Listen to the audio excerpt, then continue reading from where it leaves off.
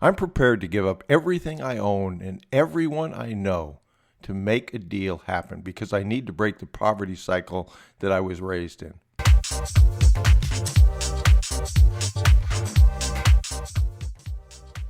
Wow, that sounds like commitment, right? That's an email I received last week.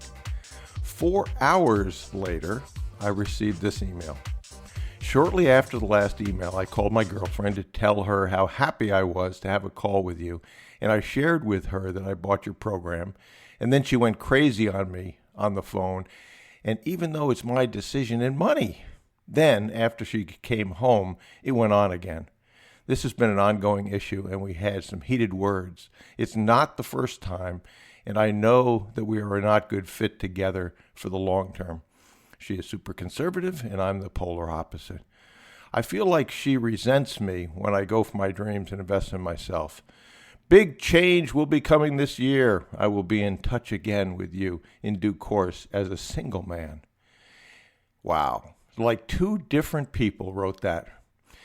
So I wrote back to him and I said, I appreciate the explanation, because I asked him, why is there such a difference between the two emails and basically the two attitudes? And I said, irrespective of whether you do anything with me or not, you should give some thought to why you let a person you don't want to be in your life make a decision about your life for you. Food for thought. As I said, QLA is simple, but simple isn't the same as easy. And that just is amazing to me how often things like that happen. It's easy to talk about what you're going to do. It's a whole different thing to do it. So how does that happen? Like two different people in 4 hours, right? Well, self-image is at the core of that. Often people brag about their accomplishments to try to boast their image, and they hope it will make other people like them. Usually it doesn't. And I was talking to someone I'm working with who is a West Point graduate, 4-time NCAA finalist in wrestling from West Point. There were only 4 of them. So he was not only elite in terms of the military school he went, but certainly elite with respect to his athletic accomplishments. And I asked him about people who boast and say what they're going to do and what his experience was. And he told me that in the circles he traveled with in wrestling, that you always want to wrestle the guy that's running his mouth. The guy you want to watch out for is the quiet guy that doesn't say much of anything. And that's a really, really important part. There are certainly some people that boast of their accomplishments and can back it up. Muhammad Ali comes to mind.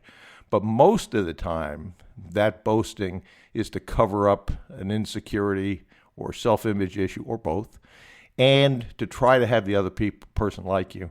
And it really reminds me of a situation with my son that might be the favorite story about my son. My wife and I and my son, went to a picnic when he was 9 or 10 years old. And it was your typical picnic. And my son came over to me and he said, Dad, he said, I was playing volleyball with the adults and the children, and Dr. name deleted came over to me and said that I really wasn't a good player and I was ruining the game for the adults and that I shouldn't play volleyball with him. So I said to my son, well, why don't I go over and talk to Dr. So-and-so? And my son said to me at 10 years old, nah, that's okay, Dad. Why would I care what an a-hole thought about me anyway? Wow. Now, he didn't say a-hole, and I wasn't particularly crazy about the language he was using as a 10-year-old, but I was incredibly impressed with his self-image at that age. So, as I've told somebody recently, when you feel that you want to impress somebody, think about who you're trying to impress, and think about that story of Brian Whipple, and I hope it puts things in perspective and lets you understand that your actions and your deeds will be what impresses people. And there's a tremendous quiet confidence that comes from accomplishments, particularly when other people talk about your accomplishments. So this is a short podcast this week, but I think it's a really important lesson, and I hope that it helps you.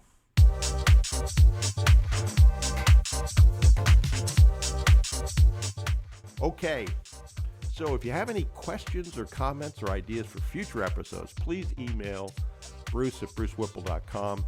And if you're not already on our mailing list, head over to brucewhipple.com and sign up and grab any of the free reports. That'll put you on the mailing list. There is a lot of free information you can use to acquire already profitable businesses.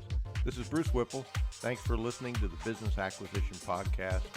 And remember, you miss 100% of the opportunities you fail to take. And procrastination truly is the thief of time. So do something today, please. Your future self will be proud of you.